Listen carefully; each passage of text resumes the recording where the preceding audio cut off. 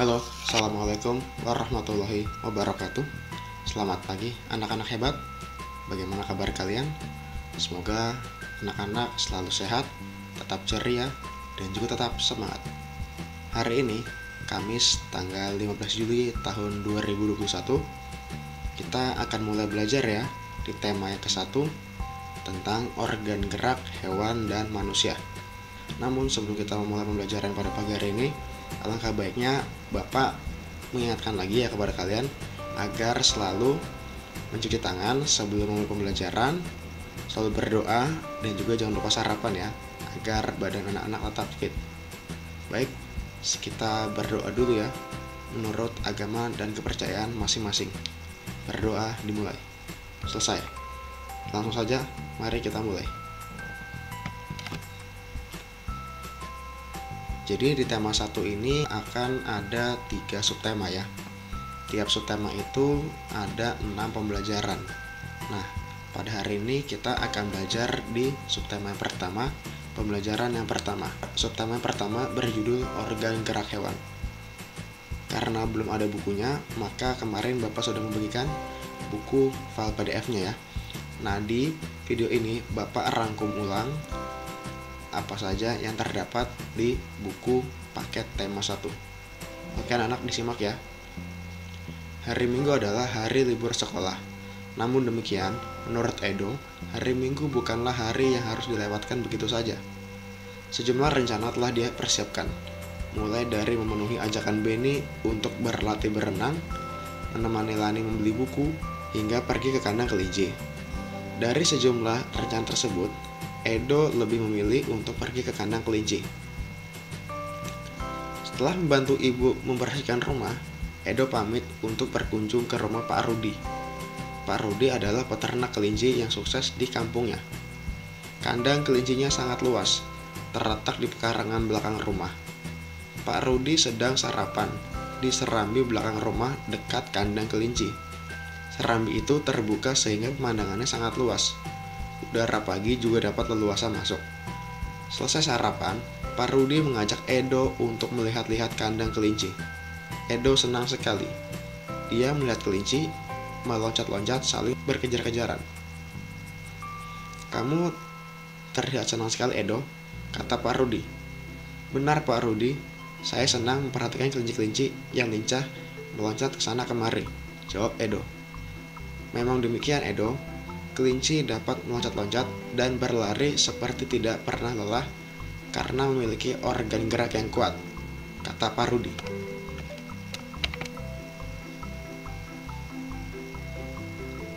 Kemudian, salah satu ciri dari makhluk hidup adalah bergerak. Ya, di kelas 3 sudah pernah belajar nih ciri-ciri dari makhluk hidup.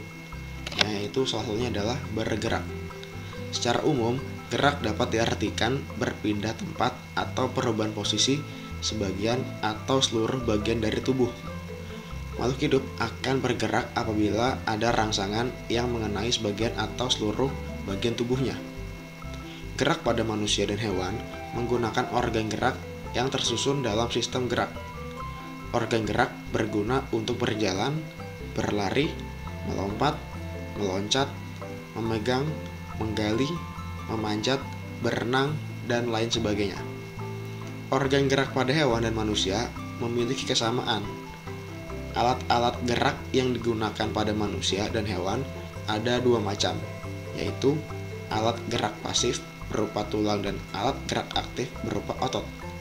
Kedua alat gerak ini akan bekerja sama dalam melakukan pergerakan.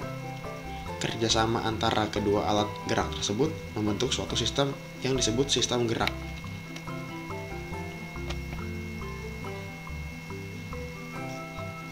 Tulang disebut alat gerak pasif karena tulang tidak dapat bergerak dengan sendirinya.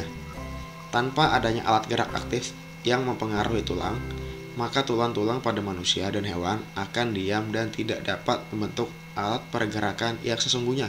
Walaupun merupakan alat gerak pasif, akan tetapi tulang mempunyai peranan yang besar dalam sistem gerak manusia dan hewan. Otot disebut alat gerak aktif karena otot memiliki suatu senyawa kimia yang membuatnya dapat bergerak. pada saat otot yang menempel pada tulang bergerak, otot tersebut akan membuat tulang bergerak juga. Nah, di sini ada ayo berlatih ya. Kalau di buku paket itu di halaman 4, namun Bapak rangkum saja di video ini. Teks berjudul Organ Gerak Manusia dan Hewan terdiri atas 5 paragraf. Masing-masing paragraf tersusun dari ide atau gagasan pokok ditambah dengan kalimat-kalimat pengembang. Ide pokok adalah gagasan yang menjadi dasar sebuah paragraf. Ide pokok disajikan ke dalam bentuk kalimat utama. Kalimat utama yang memuat ide pokok ini bisa berada di awal paragraf, di tengah, atau di akhir paragraf. Contoh nih ya. Paragraf pertama. Ide pokoknya adalah salah satu ciri dari makhluk hidup adalah bergerak. Kemudian di sini ada kalimat pengembangnya, yaitu secara umum gerak dapat diartikan berpindah tempat atau perubahan posisi sebagian atau seluruh bagian dari tubuh makhluk hidup. Ya, jadi nanti kalian tentukan ide pokoknya, kemudian tentukan juga kalimat pengembangnya. Berdasarkan informasi di atas, temukan ide pokok dan kalimat pengembang dari masing-masing paragraf ya. Nah, ini contohnya. Ya, dibuat di buku tulis, dibuat tabelnya, dibuat serapi mungkin, ditulis ya dengan jelas agar Pak Guru dapat membacanya dengan baik. Nah, selain tugasan tadi, ada juga nih tugas ayo menulis. Sama, berada di buku paket tema 1 di subtema 1 di pembelajaran yang pertama. Ini ada di halaman berikutnya. Oke, kembangkan ide pokok berikut menjadi sebuah paragraf. Nah, kalau tadi kan anak-anak disuruh untuk menentukan ide pokok dan kalimat pengembang. Nah, di sini sekarang anak-anak disuruh untuk atau diperintahkan untuk mengembangkan ide pokok menjadi sebuah paragraf ya. Ini juga dibuat seperti tabel saja.